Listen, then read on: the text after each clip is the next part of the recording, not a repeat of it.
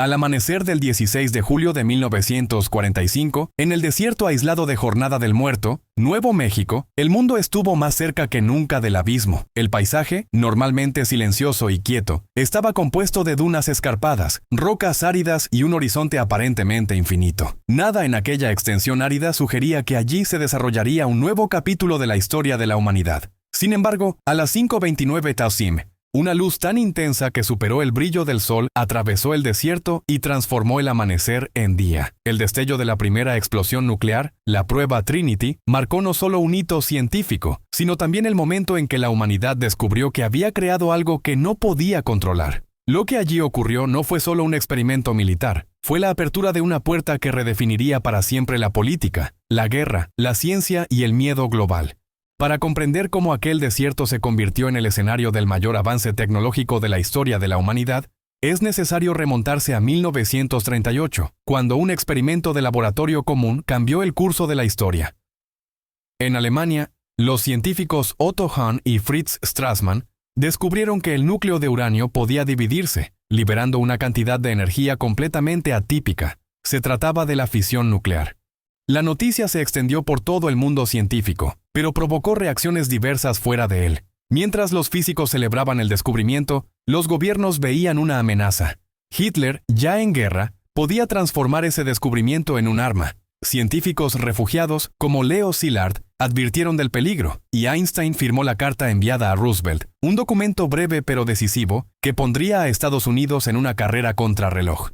Fue esta carta la que encendió la chispa inicial de lo que, años más tarde, se convertiría en el experimento Trinity. La entrada oficial de Estados Unidos en esta carrera nuclear cambió por completo la magnitud de la investigación nuclear. Entre 1939 y 1942, el gobierno estadounidense financió estudios aislados, llevados a cabo por pequeños equipos, sin planes claros de aplicación. Pero a medida que avanzaba la guerra, el temor a que Alemania llevara la delantera impulsó decisiones cada vez más ambiciosas. En 1942 nació formalmente el Proyecto Manhattan, un nombre común, elegido intencionadamente para pasar desapercibido, pero que ocultaría la mayor empresa científico-militar jamás registrada. El mando se le otorgó al general Leslie Groves, un hombre duro y pragmático, obsesionado con el secretismo. Junto a él, Robert Oppenheimer, un físico brillante y carismático, asumiría la dirección científica. Juntos, tendrían que asegurarse de que la ciencia avanzara más rápido que la propia guerra. Para materializar esta arma sin precedentes, fue necesario crear ciudades secretas enteras, borradas de los mapas e inaccesibles para la población. Los Álamos, en Nuevo México, se convirtió en el centro intelectual del proyecto, reuniendo a algunos de los científicos más brillantes del siglo. Oak Ridge, en Tennessee, se dedicó al enriquecimiento de uranio, mientras que Hanford, en el estado de Washington, se construyó exclusivamente para producir plutonio, algo nunca antes realizado a escala industrial. Cientos de miles de trabajadores pasaron por estas instalaciones sin saber que participaban en la creación de la bomba atómica. Muchos creían que estaban construyendo armamento convencional. Otros imaginaban un nuevo tipo de motor. Solo un reducido grupo, bajo intensa vigilancia, conocía la verdad. Estaban desarrollando un dispositivo capaz de destruir ciudades enteras en cuestión de segundos. Dentro de estos laboratorios aislados, el trabajo avanzaba a un ritmo vertiginoso, pero también con una creciente carga emocional. A medida que los científicos comprendían la magnitud de la energía contenida en el núcleo del átomo, también se daban cuenta del impacto potencial de ese descubrimiento. Figuras como Niels Bohr, Enrico Fermi, Richard Feynman y Edward Teller vivían divididos entre la fascinación científica y el temor a las consecuencias. El proyecto había comenzado como una carrera desesperada por detener a Hitler, pero cuando información secreta reveló que Alemania había abandonado su propio programa nuclear, muchos sintieron una profunda conmoción moral. La pregunta que planeaba sobre todos era simple y devastadora. Si el enemigo ya no buscaba la bomba, ¿cuál era la justificación ética para continuar? El desafío técnico, sin embargo, no permitía tregua. Dos bombas distintas estaban tomando forma, cada una con sus propias dificultades. La primera, llamada Little Boy, utilizaba uranio altamente enriquecido y tenía un diseño relativamente simple, pero requería una cantidad de material casi imposible de obtener. La segunda, Fat Man, se basaba en plutonio y dependía de un mecanismo de implosión perfectamente sincronizado. algo que nunca se había probado en condiciones reales. Cualquier fallo, por mínimo que fuera, en los cálculos, la sincronización o el ensamblaje, podía resultar en un desastre o una explosión incompleta. El ambiente en Los Álamos se convirtió en un claro retrato de la combinación de genio y presión. Noches en vela, intensos debates y la constante sensación de que cualquier pequeño error podía alterar el destino de la guerra y del mundo. A medida que avanzaba 1945, el ambiente en los laboratorios cambió radicalmente. La fase de teoría y cálculos había terminado. Ahora era el momento de transformar las ecuaciones en algo real. La creación de la bomba de plutonio requería la construcción de una esfera de explosivos perfectamente distribuidos, capaz de comprimir uniformemente el núcleo metálico. Era un procedimiento extremadamente delicado, y cualquier asimetría inutilizaría el dispositivo. Ingenieros, químicos y físicos trabajaban codo a codo, a menudo sin ser conscientes de que participaban en un experimento sin precedentes en la historia de la humanidad. Cada componente se sometía a pruebas exhaustivas, y el absoluto secretismo implicaba que incluso los operarios que ensamblaban las piezas desconocían el propósito final de lo que fabricaban. A medida que avanzaban las pruebas, surgió una última pregunta. Nadie sabía con certeza qué ocurriría al activarse el dispositivo. Algunos análisis teóricos, por improbables que fueran, sugerían la posibilidad de una reacción descontrolada que podría incendiar la atmósfera. Otros señalaban el riesgo de un fracaso total. La presión recaía principalmente sobre Oppenheimer, quien ahora cargaba no solo con la responsabilidad científica, sino también con el peso emocional del proyecto. Sabía que todos los ojos, militares, políticos y científicos, seguían cada avance, y que un solo error podría poner en peligro años de trabajo. La preparación para la prueba Trinity no era solo logística, era psicológica. Cada miembro del equipo comprendía que estaban a punto de presenciar algo que superaba cualquier límite jamás enfrentado por la humanidad. En las primeras horas de la prueba Trinity, el desierto parecía suspendido en el tiempo. Técnicos, soldados y científicos se encontraban dispersos en refugios improvisados a kilómetros de la torre metálica que sostenía el dispositivo. El silencio era casi absoluto, interrumpido solo por el viento frío que azotaba la arena y las tensas lecturas que transmitía el equipo. Muchos de los presentes intentaban mantener una compostura profesional, pero el nerviosismo era evidente. No se trataba de una prueba cualquiera. Era el primer experimento humano con un arma cuyo verdadero poder nadie podía predecir con exactitud. El equipo fotográfico, los instrumentos de medición y los sistemas de comunicación estaban alineados, a la espera del inicio de la cuenta atrás. El aire parecía más denso de lo habitual, como si el propio desierto comprendiera que algo irreversible estaba a punto de suceder.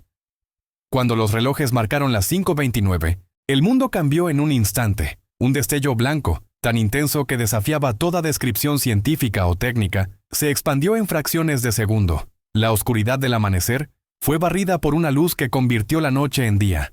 La explosión lanzó una columna de fuego y energía hacia el cielo, como si la tierra se hubiera abierto desde dentro. Le siguió un rugido ensordecedor, un profundo estruendo que resonó durante kilómetros y sacudió las estructuras. En los refugios, muchos observadores reaccionaron con un shock silencioso, incapaces de asimilar lo que habían visto. Trinity no fue simplemente un éxito técnico, fue la confirmación de que la humanidad había tocado una fuerza que trascendía cualquier límite moral o militar conocido.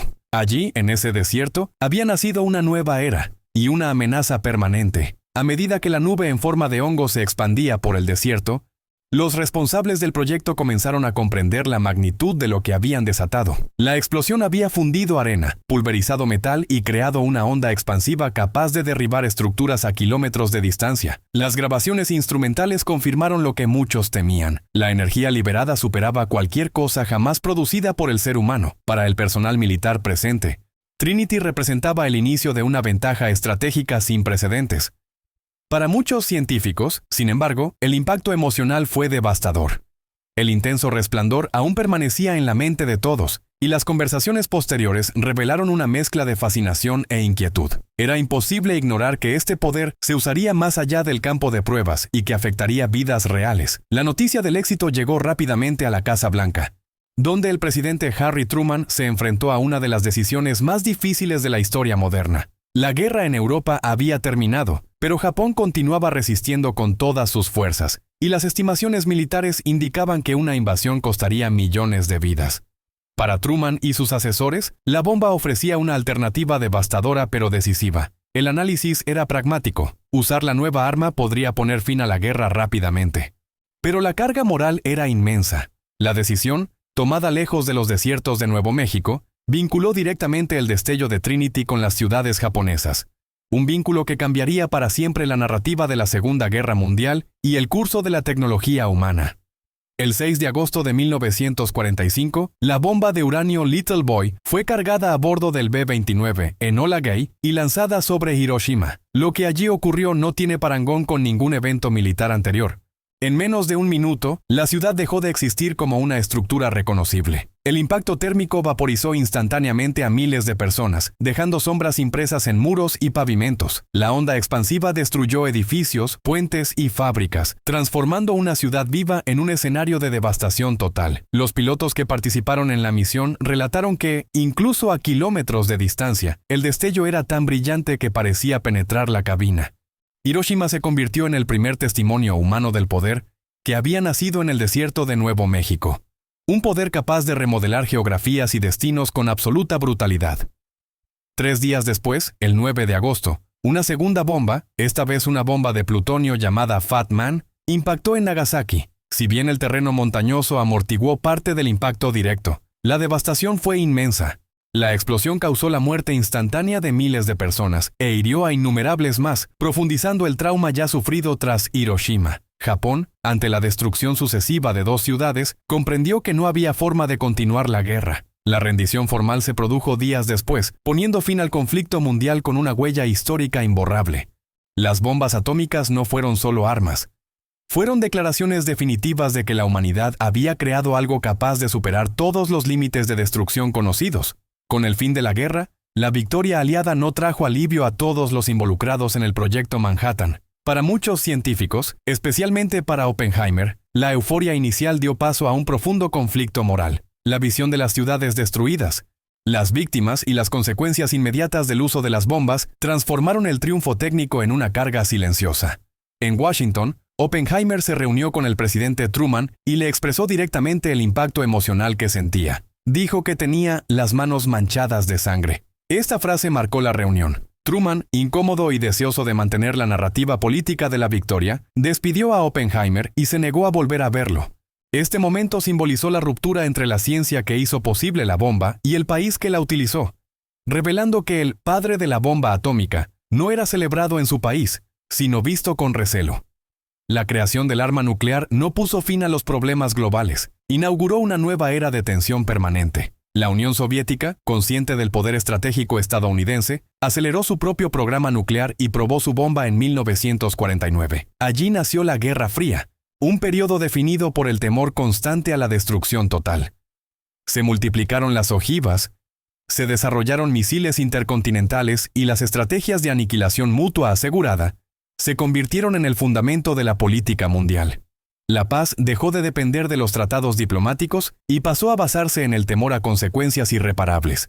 El planeta comenzó a vivir bajo una sombra invisible, en la que cualquier crisis política podía escalar a un conflicto nuclear. Trinity, que comenzó como un experimento científico, se convirtió en el punto de partida de una nueva arquitectura global, una arquitectura basada en la amenaza. Con la intensificación de la Guerra Fría, el propio Oppenheimer se convirtió en blanco de sospechas y persecución política. Su postura pública, cada vez más crítica con el uso indiscriminado de armas nucleares y la carrera armamentista, incomodó a sectores influyentes del gobierno estadounidense. En 1954, fue sometido a una humillante audiencia que puso en tela de juicio su lealtad y sus relaciones personales. Al final del proceso, le revocaron su autorización de seguridad, un golpe devastador para alguien que había liderado uno de los proyectos científicos más importantes de la historia. Oppenheimer no fue encarcelado ni exiliado. Sin embargo, fue silenciado. Su nombre dejó de asociarse con el genio científico y pasó a ser el de alguien que, al intentar advertir sobre los peligros de su propio trabajo, se convirtió en un estorbo para el país al que había ayudado a fortalecer. El resto del mundo siguió viviendo con las consecuencias de ese avance tecnológico. Incluso tras la clausura oficial del Proyecto Manhattan en 1946, el arsenal nuclear mundial creció y se diversificó. Se desarrollaron ojivas nuevas, más potentes y compactas, y varios países comenzaron a competir por su posición en la geopolítica atómica. Hoy en día existen miles de armas nucleares desplegadas por todo el planeta, algunas en regiones inestables y bajo gobiernos impredecibles. La mera existencia de este arsenal genera una tensión permanente. Cualquier error de cálculo, fallo técnico o decisión impulsiva puede desencadenar consecuencias irreversibles. El incendio que se inició en el desierto de Nuevo México no permaneció aislado. Se extendió por todo el mundo como una amenaza constante, presente incluso cuando es invisible. Con el paso de las décadas, la importancia de la prueba Trinity ha trascendido lo meramente técnico o militar. Se ha convertido en un punto de inflexión en la trayectoria de la humanidad. El momento en que la ciencia demostró ser capaz de alterar definitivamente el destino de la especie. Los gobiernos han cambiado, las guerras han terminado, los tratados se han firmado y abandonado, pero el recuerdo de aquel destello blanco en el desierto permanece como un recordatorio constante de lo que somos capaces de crear. La evolución tecnológica ha continuado, pero siempre bajo la sombra de una pregunta incómoda. ¿Hasta qué punto podemos controlar lo que inventamos? El legado del Proyecto Manhattan sigue vivo no solo en los arsenales nucleares dispersos por el planeta, sino también en la conciencia colectiva de que la humanidad ha cruzado una línea irreversible. Hoy, más de 7 décadas después, expertos, historiadores y científicos siguen debatiendo el impacto moral, político y psicológico de la primera explosión nuclear. Aquel momento de 1945 marcó el inicio de una nueva era, en la que el poder destructivo dejó de ser una mera posibilidad para convertirse en una realidad permanente. La humanidad sigue cargando con el peso de aquella decisión. Abrir una puerta que jamás podría cerrarse. En el silencio del desierto donde todo comenzó, las huellas de la explosión ya no brillan, pero su significado perdura. Una silenciosa advertencia de que, en cuestión de segundos, todo lo que existe puede desaparecer. Este es el legado definitivo del Proyecto Manhattan, un legado que cambió el mundo y que sigue influyendo en cada decisión tomada desde entonces.